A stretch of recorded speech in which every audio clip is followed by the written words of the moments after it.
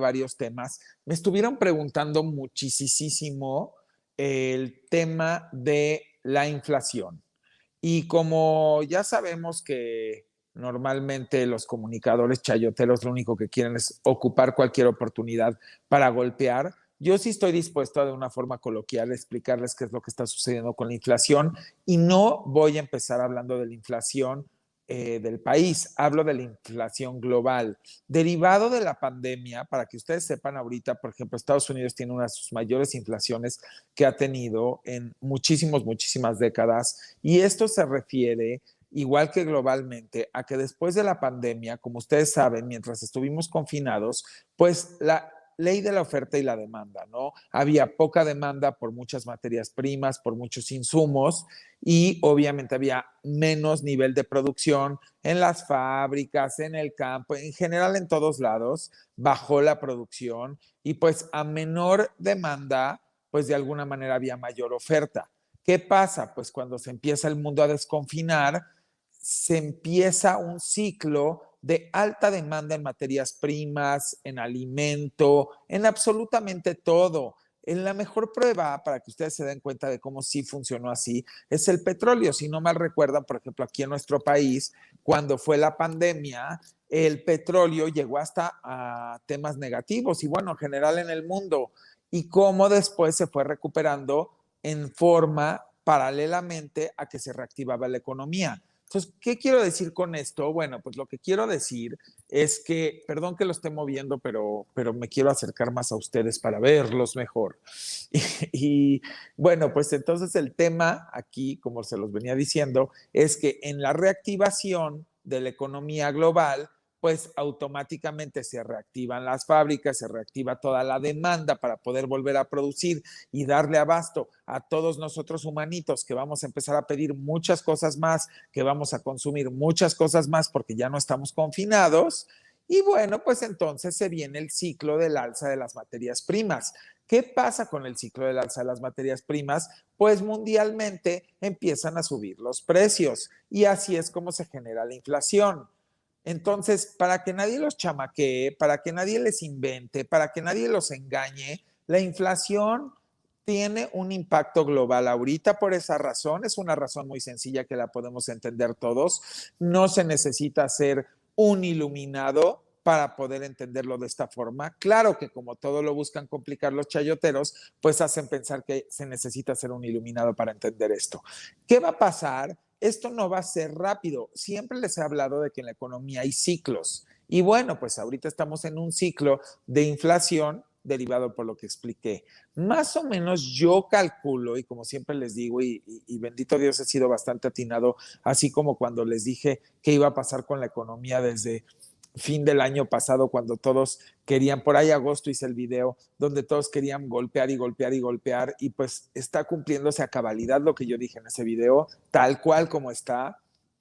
Inclusive mucha gente decía es que eres muy optimista y no, yo era realista, sabía cuáles iban a ser los factores directos e indirectos que iban a alimentar esta recuperación económica y lo expliqué en el video, no solamente hablaba de números, hablaba por qué se iban a dar esos números. Entonces, en este caso, pues lo que les puedo platicar es que el tema de la inflación nos va a durar globalmente, yo calcularía como de agosto a septiembre del año que viene, del 2022. ¿Qué tenemos que hacer? Bueno, pues lo que tenemos que hacer es a final de cuentas ver cómo ir mejorando el poder adquisitivo, que esa es una responsabilidad sobre todo en las economías como la nuestra y que hay muchas en el mundo, donde desgraciadamente los gobiernos anteriores fueron diluyendo el poder adquisitivo de las personas, sobre todo los que viven al día y el salario mínimo, ¿no? En general todos perdemos poder adquisitivo cuando hay un tema inflacionario.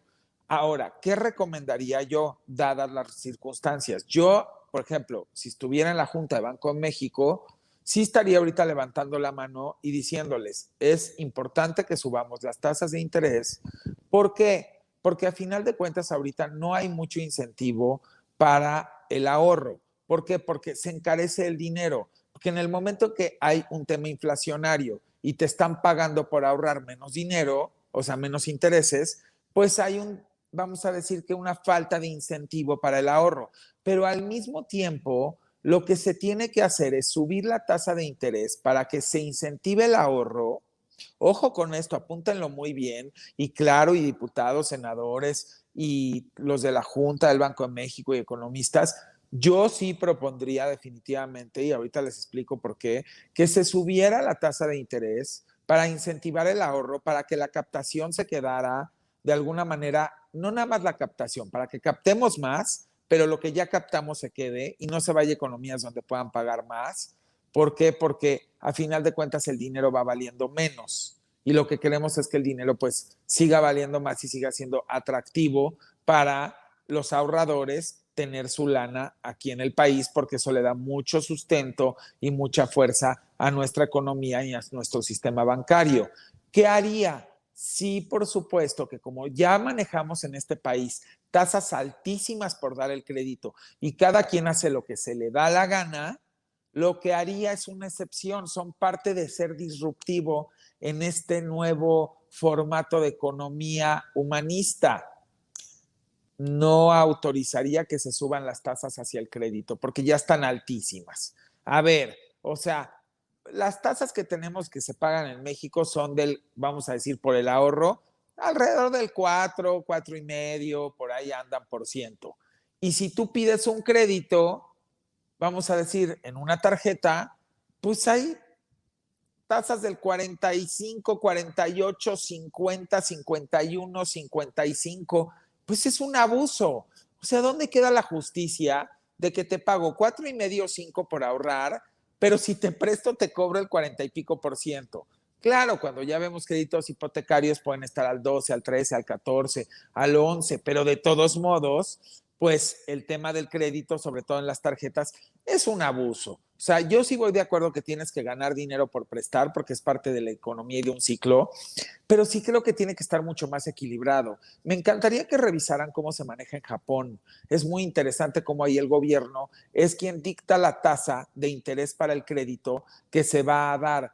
Y si nos fijamos, pues es muy interesante su economía. Entonces, no puede llegar alguien, una tienda, vamos a decir, de estas que abusan muchísimo del pueblo y decir, pues ahora vamos a cobrar 70% de tasa de interés. ¿Por qué? Porque siempre lo he dicho, miren qué tan injusta es la vida en este tipo de formatos económicos que los gobiernos anteriores fueron haciendo. Alguien que no gana mucho dinero, que vive al día y se quiere comprar una pantalla, acaba comprando una pantalla de 10,000 en 50,000. ¿Por qué? Porque le cobran 40,000 pesos de intereses con todos esos famosos abonos chiquitos. Y alguien que sí tiene dinero y que podría pagar más por la pantalla, sí paga los 10,000 porque le venden al costo de contado. Y claro, mucho hay los meses sin intereses, pero ¿qué es donde ganan? Eso es algo muy dañino para la gente que vive al día, porque te dicen, sí, te cobra meses sin intereses y te doy un precio atractivo, pero a final de cuentas, si te atrasas, quiero que vean cuál es la tasa. Vuelve a ser 45, 48, 50, 52, y pues a final de cuentas, como vives al día, tienes una probabilidad y estadística de poderte atrasar. Entonces, parecieran meses sin intereses que terminan siendo con intereses. Por eso digo que está tan desprotegida vamos a decir, el segmento de la población que vive al día, porque es de quien se abusa. Y es una tristeza, porque realmente sí es de quien se abusa. Les vuelvo a repetir, salgan y hagan encuestas. ¿Cuánto le costó a la gente que vive al día la misma pantalla de X marca que la gente que no vive al día? Y se van a dar cuenta, o estufa, o refrigerador, o sala, o lo que fuese, y se van a dar cuenta que la gente que menos tiene es la que es más abusada en el sentido de abusar, no de inteligencia, sino que abusan de ellos por la necesidad y terminan pagando más por las cosas o hasta por un crédito que a veces necesitan urgente por un tema de salud o por un tema de esto. Entonces yo creo que sí tendríamos que ir viendo cómo se quita esto leonino hacia la población y ver de qué manera incentivamos al ahorro a nuestra población. Y también eso se logra equilibrando más la balanza de no perder el poder adquisitivo. Y como les dije, estoy ya a punto de terminar el modelo económico que me gustaría presentar para el país y para los distintos países que tienen economías similares. Es un modelo económico que he venido trabajando 2 años de verdad es fantástico.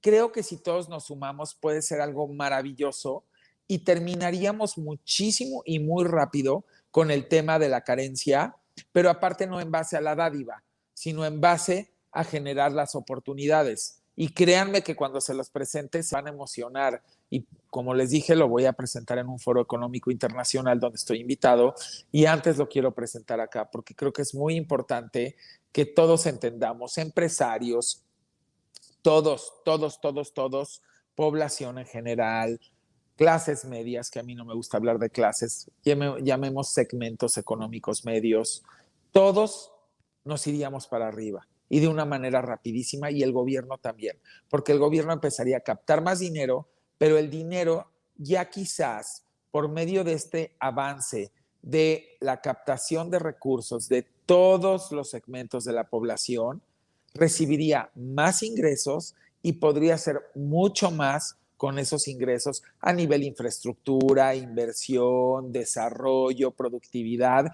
y se vuelve un círculo virtuoso de la economía. Entonces lo voy a presentar. Yo calculo que en 2 semanas lo voy a tener listo. Sí tendré un pizarrón para podérselos explicar bien y va a ser muy interesante. En vía de mientras, mi propuesta, por supuesto, porque para un modelo económico pues hay que trabajarle y hay que trabajarle en las cámaras y en los congresos. Y cuando digo en las cámaras, también hablo en las cámaras empresariales, porque hay que presentarlo para que también se emocionen y para que también le entren, porque aquí la idea es que le entremos todos y que todo se vuelva justo lo que queremos, equidad de oportunidad enfocado al bienestar, al desarrollo, y a la oportunidad y a la productividad, porque todo mundo quiere salir adelante. Y creo que eso es lo que tampoco entendieron cuando el presidente les explicó la parte de los que eran aspiración, yo voy a decir aspiracionales, ¿no? Porque ese es como el término correcto. No